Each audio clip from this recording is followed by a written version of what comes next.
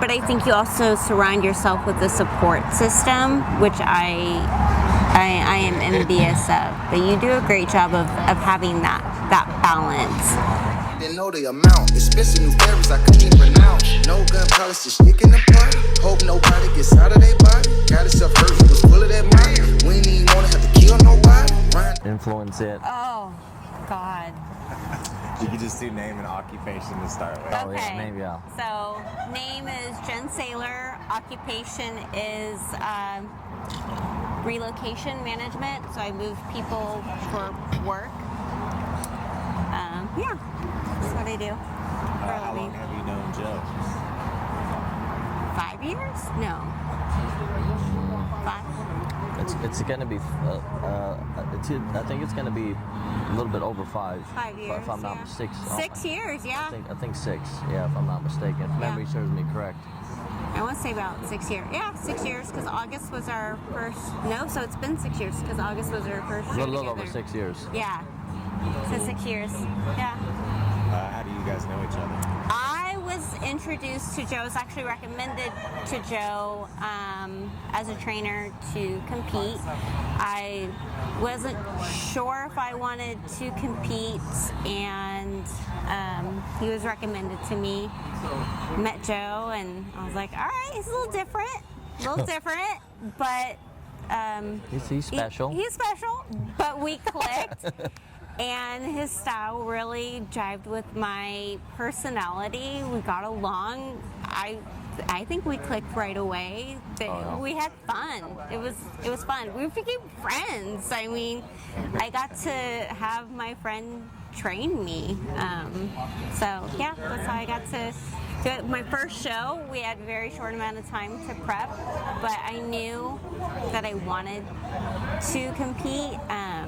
He was so supportive that most coaches weren't backstage. They're telling them what to eat, when to eat, screaming at the person doing the spray tan for me not getting my second spray tan. But yeah, that's how we met, and it just kind of stuck. Yeah. So you feel like he had an impact on your life? Absolutely. Joe has an outlook on life that it would be funny, like talking with him in the gym, and I would be complaining about something, and he's like, why are you complaining? Like, okay, now that's done with. Now, what's good about it? Like, he would always ask me, like, what's a positive thing that's happened? So he's always got a good outlook on life. You know, Joe knows I have some medical issues, I've had some medical issues, and it's like, all right, cool, but now let's get past that. How can we work around it? And he's always been really supportive, no matter what, and it's really appreciative of, he's empathetic, which not a lot of people always are. So yeah, he said there's just an outlook that not a lot of people have. He knows how to have fun too. But keep it business. Always keep it business too. He can have fun, and then the next day still show up harder than anybody else that's showing up. So, which is appreciated. I noticed that. Yeah. Well, I think it's important. That you don't let today's decisions affect tomorrow, and whether that means me partying, because I do like to party, or whether that means me staying out late, because I do like to stay out late. Yeah. That shouldn't impact what you do the following day. Yeah. I'm not saying that I'm perfect, and I'm not saying that I haven't moved things around to cater to my ability to provide a good service, because I know I probably, shouldn't show up. I would say probably one time I did that. Andrea took me to work when I had Iron Flex Fitness, and she said, okay, I need you to stand, I need you to walk to me. And apparently I stood and I wasn't able to walk straight, and she goes, you can't train anybody like that. I know that you want to. It's very, very admirable of you, but you're no good to your clients. And I think that was the only time that I've actually shown up to her, because I asked her to take me, and I still wanted to be there for my clients. even though I wasn't in my right state of mind, but I felt so bad having to rearrange, and they all understood. Yeah. But let's say that was one of my embarrassing moments. But other than that, hasn't really been. I mean, you know, I mean, you going to work the next day? I sure am. Yeah. I have to. Hell no. Well, you know, I want to live a full life, and I want to express a full life, but I can't also take away from what happens tomorrow. Right. And I hope that people see that. I will say I'm envious of your ability to balance. That's one thing I still have yet to figure out, is that balance. Yeah. I can't figure it out. I look to you for it. I still can't figure it out. But I think you also surround yourself with a support system, which I am envious of. But you do a great job of having that balance. I don't know if I have that balance, to be honest with you. I think I prioritize things. So if I were to say what I prioritize, you would have to look at what I do.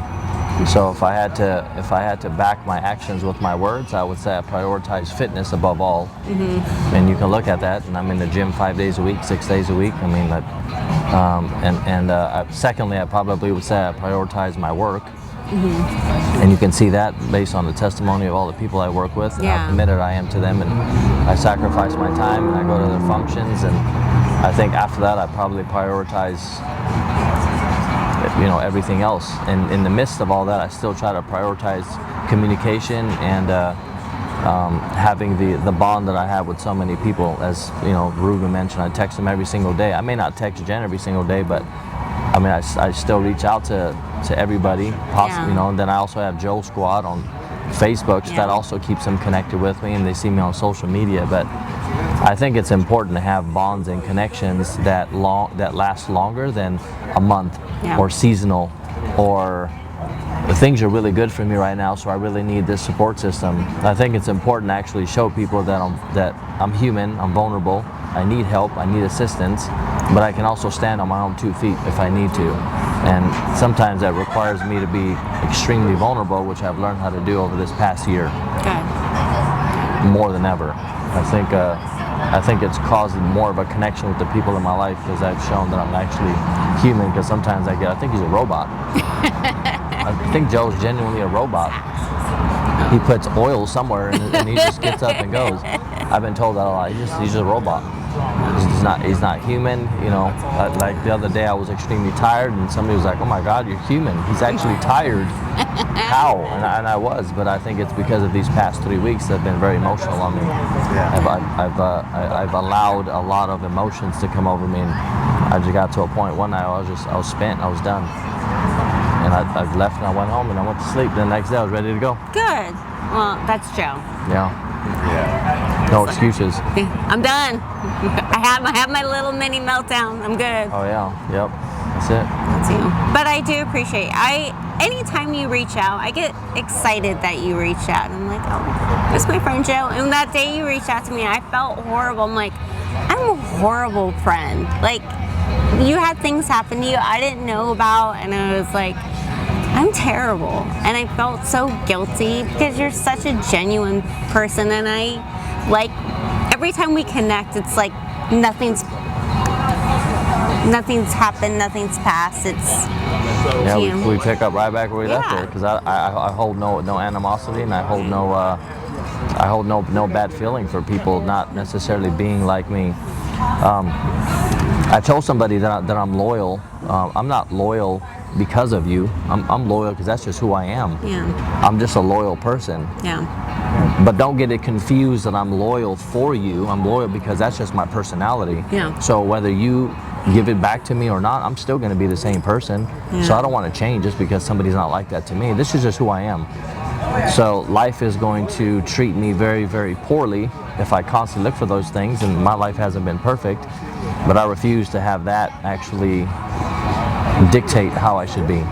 Or other people should dictate to me how I should treat them because 5 people have done me wrong. I don't want to do that. Right. The next person doesn't deserve that. Miles doesn't deserve that. He's done nothing to me. One day he might, I don't know. But that doesn't mean that the next person that I have a relationship with, I'm going to remember that Miles did something to me, so now this person's a dirtbag. That's not how life works to me.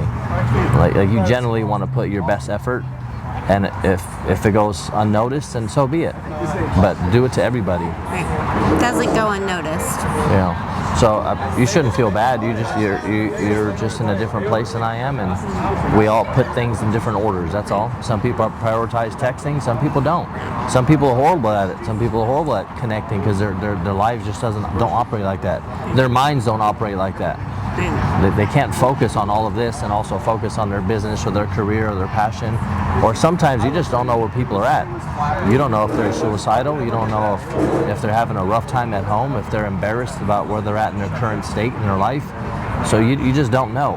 And you don't want to assume that because they don't message you right away that they don't care about you. They care about you in their own way. You need to accept them. Well, when you text me to do this, absolutely. Oh, well, thank you. Absolutely. Didn't know the amount. Expensive new berries I couldn't even pronounce. No gun policy sticking apart.